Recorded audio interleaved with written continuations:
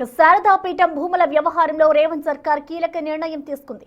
కోకాపేటలో శారదాపీఠానికి గతంలో కేటాయించిన భూముల విషయంలో నెలకొన్న సందిగ్ధతకు తెరదించింది. జలమండలికి ఇచ్చిన భూ కేటాయింపులను రద్దు చేస్తూ ఆ భూమిని పీఠానికి అప్పగించేలా కీలక ఆదేశాలు జారీ చేసింది. ఇటు శారదాపీఠం భూముల్లో నిర్మాణాలపై సమీక్ష నిర్వహించిన సీఎం రేవంత్ అధికారుల తీర్పై మండిపడ్డారు. భూముల విషయంలో సరైన సమాచారం ఎందుకు ఇవ్వలేదని నిలదీశారు. అలాగే మంత్రి శ్రీధర్ బాబును కలిసి పూర్తి వివరాలు అందజేయాలని పీఠం ప్రతినిధులకు సూచనలు చేశారు. మొత్తానికి ధార్మిక సంస్థల భూములపై సీఎం రేవంత్ రెడ్డి సానుకూల నిర్ణయం తీసుకుంటున్నారు.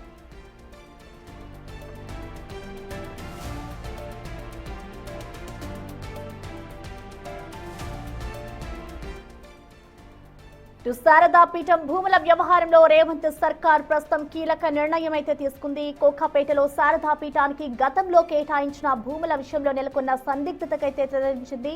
జలమండలికి ఇచ్చిన భూ కేటాయింపులను రద్దు చేస్తూ ఆ భూమిని పీఠానికి అప్పగించేలా కీలక ఆదేశాలు జారీ చేసింది.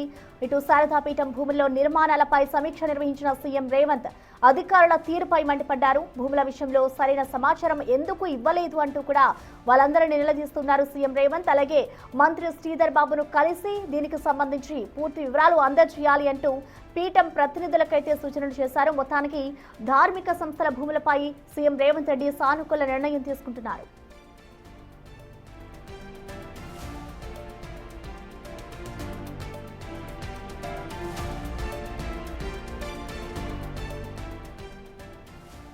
శారదాపీఠం భూముల వ్యవహారంలో రేవంత్ సర్కార్ కీలక నిర్ణయం తీసుకున్నారు. ఇటు కోకాపేటలో శారదాపీఠానికి గతంలో కేటాయించిన భూముల విషయంలో నెలకొన్న సందిగ్ధతకైతే తెరదించింది.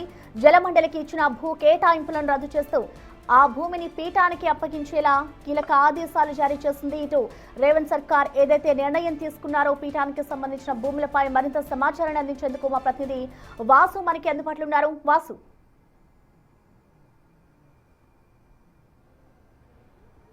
మొత్తం మీద ఏదైతే శారదాపీఠం భూములు జలమండలికి కేటాయించిన అంశానికి సంబంధించి ముఖ్యమంత్రి రేవంత్ రెడ్డి సచివాలయంలో అధికారులతో సమీక్షించారు.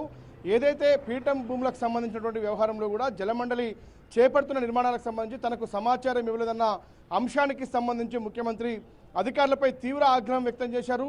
పీఠం భూములకు సంబంధించి 2 ఎకరాల కేటాయింపుకు సంబంధించి జలమండలి కేటాయింపుల నేపథ్యంలో అక్కడ ఇప్పటికే పలు కార్యక్రమాలు నిర్మాణాలు చేపడుతున్న నేపథ్యం గోదావరి తాగునీటి పథకానికి సంబంధించి ఫేజ్ 2, ఫేజ్ 3కి సంబంధించినటువంటి అంశంపైన నియోపోలిస్తో పాటు ఓల్డ్ సిటీ లాంటి ఇతర ప్రాంతాలకు ఎలాంటి కరెంటు ఇబ్బంది లేకుండా ఇతర ఇబ్బందులు లేకుండా నీటిని తరలించే అంశానికి సంబంధించి ఈ ప్రాజెక్టు చేపట్టారు. కానీ ఏదైతే శారదాపీఠం భూములు 2 ఎకరాలు కేటాయించే అంశానికి సంబంధించి అధికారులు ఎలాంటి సమాచారం ముఖ్యమంత్రికి ఇవ్వని నేపథ్యంలో కూడా ముఖ్యమంత్రి అధికారుల తీరుపై తీవ్ర ఆగ్రహం వ్యక్తం చేశారు.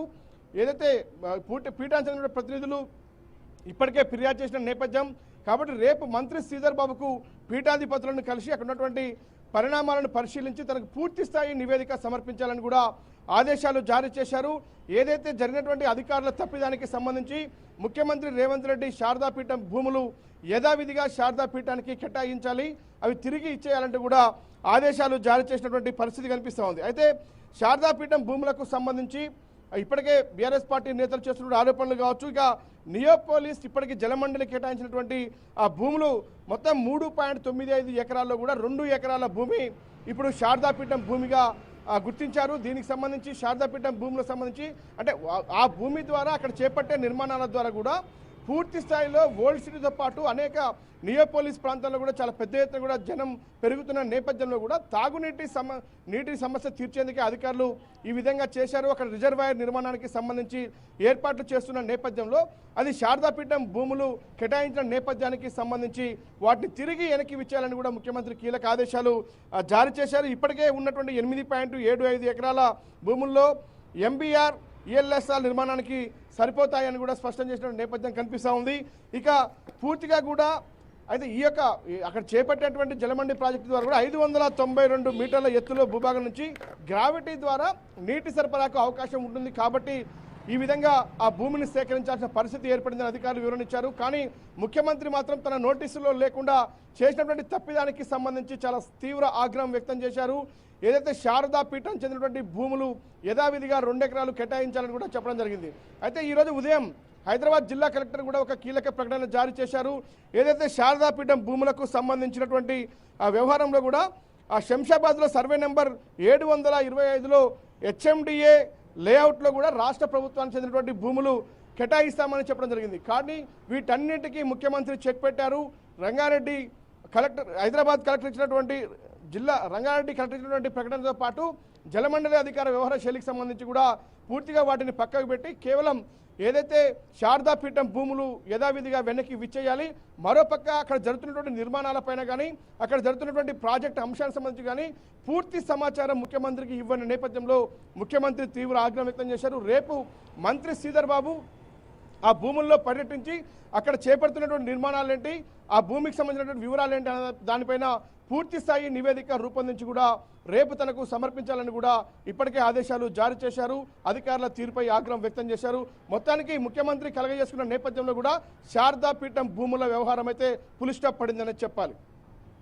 Right, thank you Vasu. So మొత్తానికి చూసుకోవచ్చు, ఇటు శారదాపీఠం భూములకి సంబంధించి ఇటు కాంగ్రెస్ సర్కార్ రేవంత్ సర్కార్ అయితే కీలక నిర్ణయం తీసుకుంది. కోకాపేటలో శారదాపీఠానికి గతంలో ఏదైతే భూములు కేటాయించారో ఆ భూములు తిరిగి వారికే ఇచ్చేయాలి అంటూ కూడా నిర్ణయం తీసుకున్నారు.